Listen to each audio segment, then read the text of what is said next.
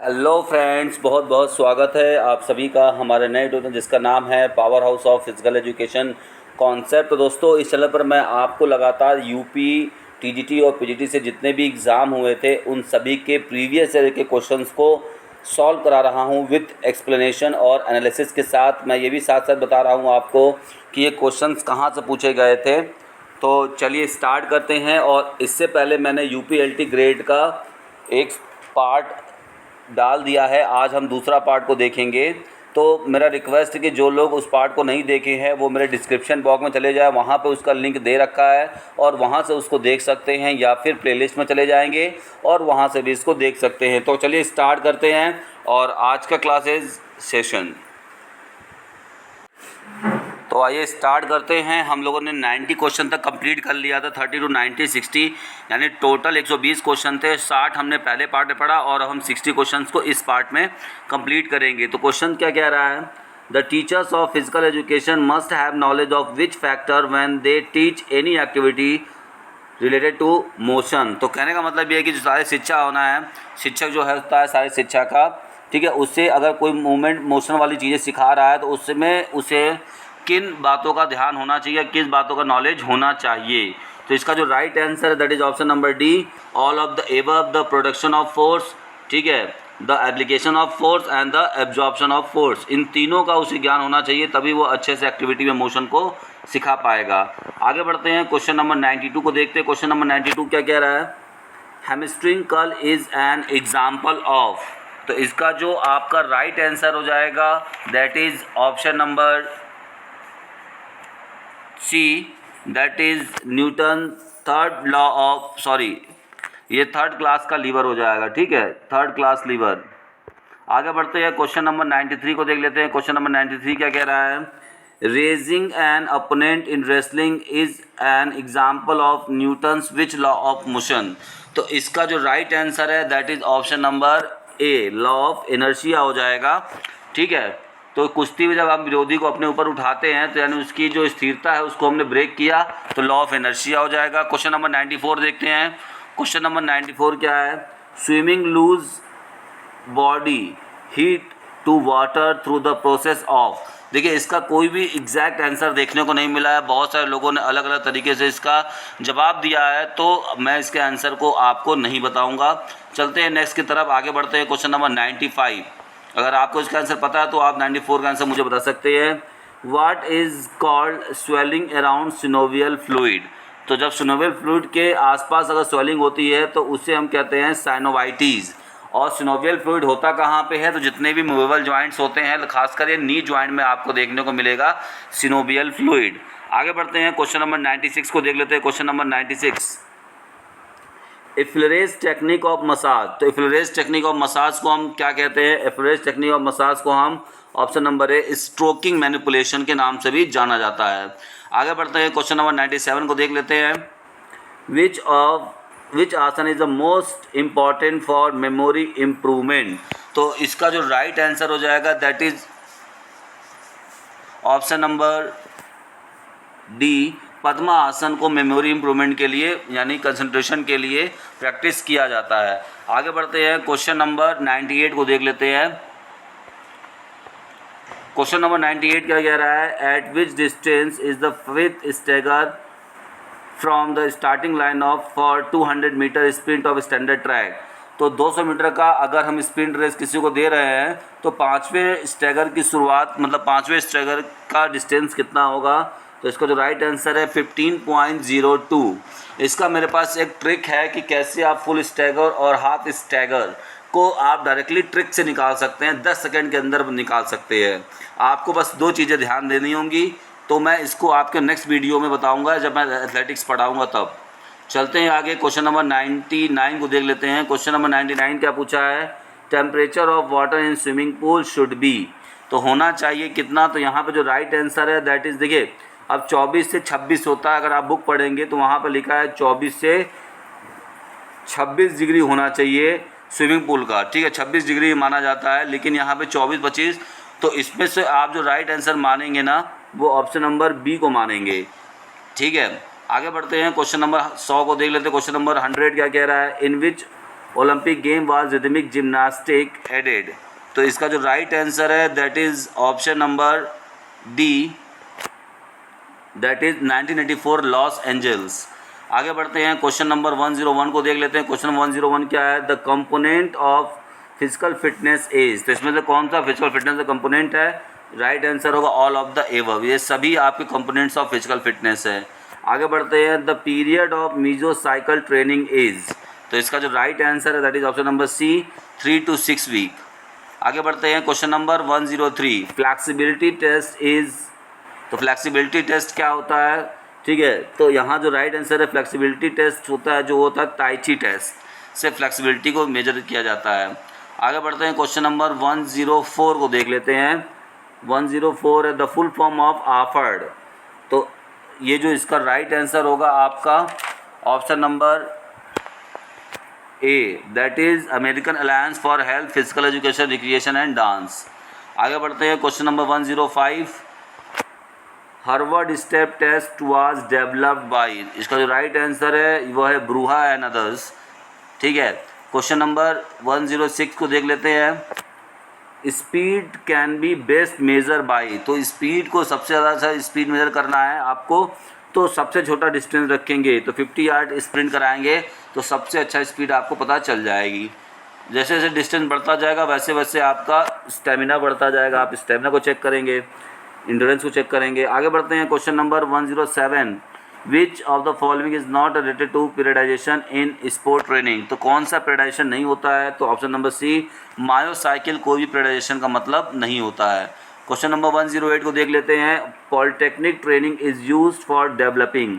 तो पॉलीमेट्रिक ट्रेनिंग क्या होता है? पॉलीमेट्रिक ट्रेनिंग क्या बढ़ाता है? आपको ये बताना है। पॉलीमेट्रिक ट्रेनिंग एक्सप्लोजिव स्ट्रेंथ बढ़ाने के लिए काम करता है। आगे बढ़ते हैं, क्वेश्चन नंबर 109 को देख लेते हैं। क्वेश्चन 109 है, which of the following measure cardiovascular endurance. तो इसका जो राइट आंसर है that is option number D. ये सभी जो आपके ऊपर टेस्ट दिए गए, total pulse ratio, Harvard step test और रनवॉक टेस्ट, ये सभी आपके कार्डियोवास्कुलर इंड्योरेंस को मेजर करने के टेस्ट हैं। क्वेश्चन नंबर 110 को देख लेते हैं। क्वेश्चन नंबर 110 क्या कह रहा है? In which year ancient Olympic games were banned. तो किस साल में ओलंपिक खेल को बैन किया गया था? That is option number B, 394 AD में।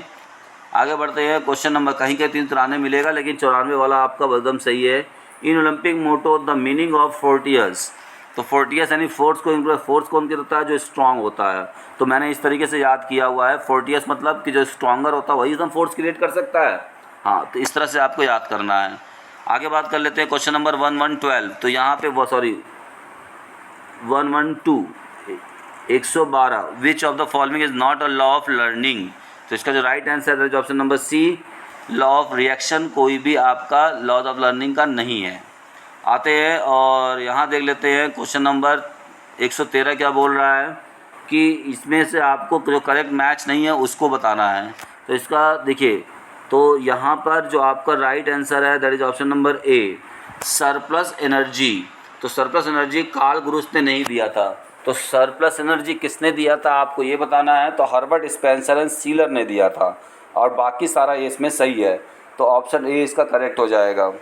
आगे चलते हैं और क्वेश्चन नंबर 114 को देख लेते हैं। क्वेश्चन नंबर 114 क्या कह रहा है?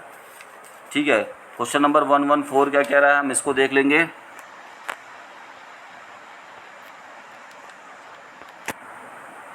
इंडोमॉर्फ इज करेक्टराइज्ड बाय। इंडोमॉर्फ यानी कि यहाँ पर जो हो जाएगा फ्लैबी एंड फैटी। ठीक है, option number B is correct. Question number 115 को देख लेते हैं। क्वेश्चन नंबर 115 क्या कह रहा है? Theory of insight learning was propounded by. तो इसका जो राइट आंसर है that is option number C, Kohler ने किया था। इनसाइड लर्निंग को कोहलर ने किया था। आगे बढ़ते हैं, क्वेश्चन नंबर 116 को देख लेते हैं। How many matches will played in a single league tournament when 8 teams are participated. अगर यहाँ बात करें सिंगल है तो कितना नंबर ऑफ मैच होगा? तो 8 7 56 और 28। तो यहाँ पे हो गया आपका क्वेश्चन नंबर आंसर इसका हो गया 28, 28 टीम, अरे सॉरी 28 मैचेस होगा आपका। आगे बढ़ते हैं, क्वेश्चन नंबर 117 को देख लेते हैं। क्वेश्चन नंबर 17 क्या कह रहा है? Which of the following is not correctly matched. तो यहाँ पर एक तरफ आपका साइंस दिया हुआ है, साइंस का नाम दिया हुआ है, और यहाँ एक आपका ऑर्गन्स के नेम दिए हुए हैं और एक तरफ साइंस का नाम दिया है कि इनके साइंस को क्या कहा जाता है। तो आप देख सकते हैं कि इसमें जो बोला जो करेक्टली मैच नहीं है उसको बताना है। तो ऑस्टियोलॉजी कहते हैं बोन्स की स्टडी को, ठीक है। ऑर्थोलॉजी ज्वाइंट स्टडी को कहते हैं। मायोलॉजी मसल्स की स्टडी कहते हैं। न्यूरोलॉजी नर्वस सिस्टम ब्रेन की स्टडी को कहते हैं, इंटरनल ऑर्गन्स को नहीं कहते हैं। तो ये आपका ऑप्शन नंबर डी गलत हो जाएगा।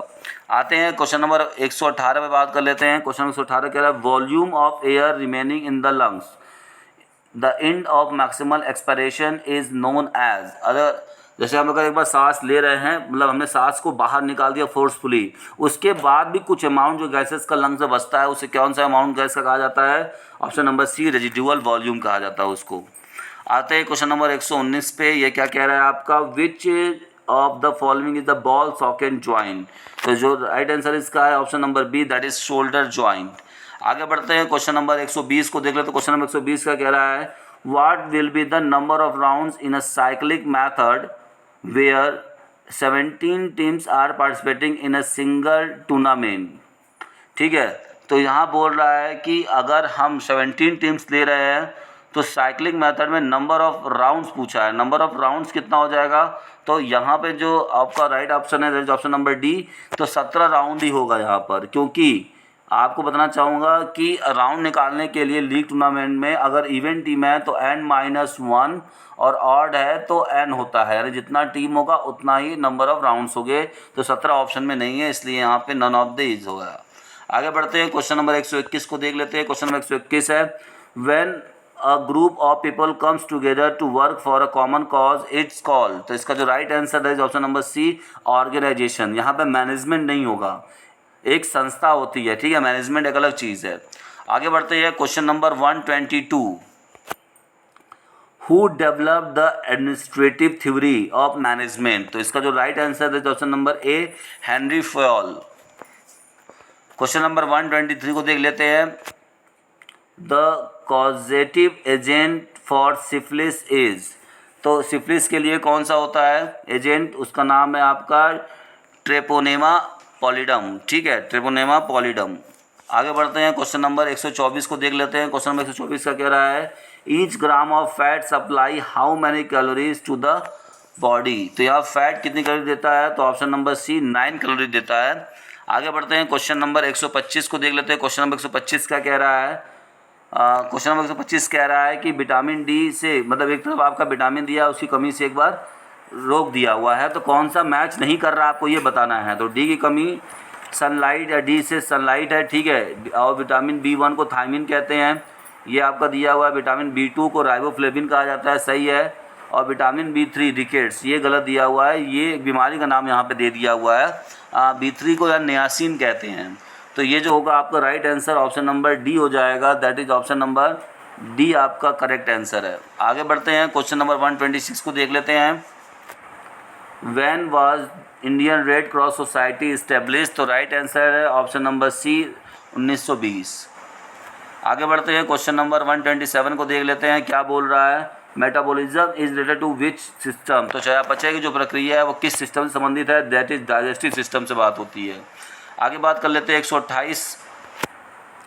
विच is called anti rachitic hormone, sorry vitamin. Anti rachitic vitamin जो होता है दैट इज विटामिन डी, ठीक है। आगे बढ़ते हैं क्वेश्चन नंबर 129 को देख लेते हैं। क्वेश्चन नंबर 129 का कह रहा है during exercise muscles contraction can be avoided by the consumption of. तो एक्सरसाइज के दौरान अगर हम चाहते हैं कि मसल्स कॉन्ट्रैक्शन, ठीक है, व्यायाम के दौरान मांसपेशियों के सिकुड़न को किसके उपभोग द्वारा रोका जा सकता है? ठीक है, तो इसका जो आपका राइट आंसर है that is option number D, ठीक है, ऑल ऑफ द एबव। आगे बढ़ते हैं क्वेश्चन नंबर 130 को देख लेते हैं। क्वेश्चन नंबर 130 का कह रहा है यहाँ पे burner injury in football player is commonly known as. तो बर्नर इंजरी को क्या कहते हैं यहाँ पे? बर्साइटिस, यानी कि जो जला हुआ होता है ना, जैसे वो आपका बर्नर टाइप का होगा तो बर्साइटिस कहते हैं, जिसमें फफोले पड़ जाते हैं। आगे बढ़ते हैं क्वेश्चन नंबर 131 को देखते हैं। क्वेश्चन 131 है in which Olympic games was doping test started. तो सबसे पहला डोपिंग टेस्ट जो हुआ था वो 1968 मैक्सिको ओलंपिक में स्टार्ट किया गया था। आगे बढ़ते हैं यहाँ पे क्वेश्चन नंबर 132 को applying alternate cold and hot water, यानी कि कोल्ड और हॉट दोनों वाटर को एक साथ अप्लाई किया जाता है किस थेरेपी में, तो दैट इज़ ये आपका हो जाएगा option number D, contrast bath में। ठीक है, आगे बढ़ते हैं, क्वेश्चन नंबर 133 को देख लेते हैं। क्वेश्चन नंबर 133 क्या कह रहा है, with reference to hinge joint which of the following movements are correct. तो हिंज जॉइंट्स की बात कर लेते हैं, तो इसमें से कौन सा मूवमेंट जो होगा वो हिंज जॉइंट के हिसाब से सही होगा।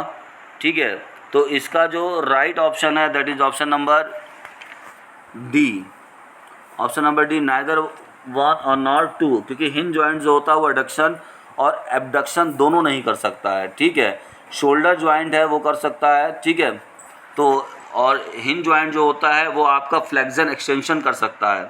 आगे बढ़ते हैं, क्वेश्चन नंबर 134 को देख लेते हैं। क्वेश्चन नंबर 134 क्या कह रहा है कि with the reference to second type of lever which of the following statement are correct. अगर हम सेकेंड टाइप के लीवर की बात करते हैं तो कौन सा हमारा इसमें जो स्टेटमेंट, नीचे दो स्टेटमेंट दिए गए हैं, सही है। तो इसका जो राइट आंसर है दैट इज ऑप्शन नंबर ए, सिर्फ पहला, resistance is located between fulcrum and force. ठीक है, ये पहला वाला स्टेटमेंट इसका सही है। आगे बढ़ते हैं, क्वेश्चन नंबर 135 को देख लेते हैं। क्वेश्चन नंबर 135 है, what is the unit of force in FPS। तो FPS का जो मात्रा है वो उसे पाउंडल कहते हैं, पाउंडल होता है मात्रक इसका। ठीक है, आगे बढ़ते हैं, क्वेश्चन नंबर 136 देखते हैं। द फादर ऑफ किन्सियोलॉजी इज, तो किन्सियोलॉजी के जो फादर है दैट इज ऑप्शन नंबर ए, अरस्तु। आगे बढ़ते हैं, क्वेश्चन नंबर 137 को देख लेते हैं। तो 137, protection and retraction take place in. तो प्रोटेक्शन और रिट्रैक्शन ये बॉडी मूवमेंट से संबंधित है, ये आपका शोल्डर जॉइंट से संबंधित होता है। आगे बात कर लेते हैं कि हैंग स्टाइल। ठीक है, यहाँ पे दिया है hang technique is related with, तो हैंग जो होता है आपका ये लॉन्ग जंप में होता है, option number C is correct. आगे बढ़ते हैं, क्वेश्चन नंबर आपका 139, 139वां देखते हैं। यहाँ पर एक तरफ आपका दिया हुआ है और तो इसी तरफ उसकी स्टाइल को बोला है, एक तरफ उसका नाम दिया हुआ है, खेल का नाम दिया हुआ है। तो हाई जंप में क्या होता है, स्टडल रोल होता है, यानी ए का दूसरा, और लॉन्ग जंप में हैंग स्टाइल अभी हमने पढ़ा है। स्प्रिंट रेस में क्या होता है, शोल्डर सर्ग होता है, जब हम रेस का जेवलिन थ्रो में रेयर क्रॉस स्टेप होता है। तो यानी कि ए का दूसरा और बी का पहला, ए का दूसरा दो जगह पे है, देखिए ए का दूसरा दो जगह पे है, लेकिन बी का पहला होना चाहिए, तो ये पहले वाले में, तो option number A is correct. तो इसका जो राइट आंसर है option number A is correct. आगे बढ़ते हैं और क्वेश्चन नंबर 140 को देख लेते हैं। क्वेश्चन नंबर 140 क्या कह रहा है, which of the following terms is associated with the game of hockey. तो इनमें से कौन सा टर्म्स है जो हॉकी संबंधित है, ऑप्शन नंबर ए, बुली। आगे चलते हैं, क्वेश्चन नंबर 141 को देख लेते हैं। Which of the following lines is not related to kabaddi. Kabaddi का संबंधित कौन सा लाइन्स में से नहीं है, तो यहाँ पे आपका option number D, attack line जो आपका वॉलीबॉल में होता है, ठीक है, कबड्डी में नहीं होता है।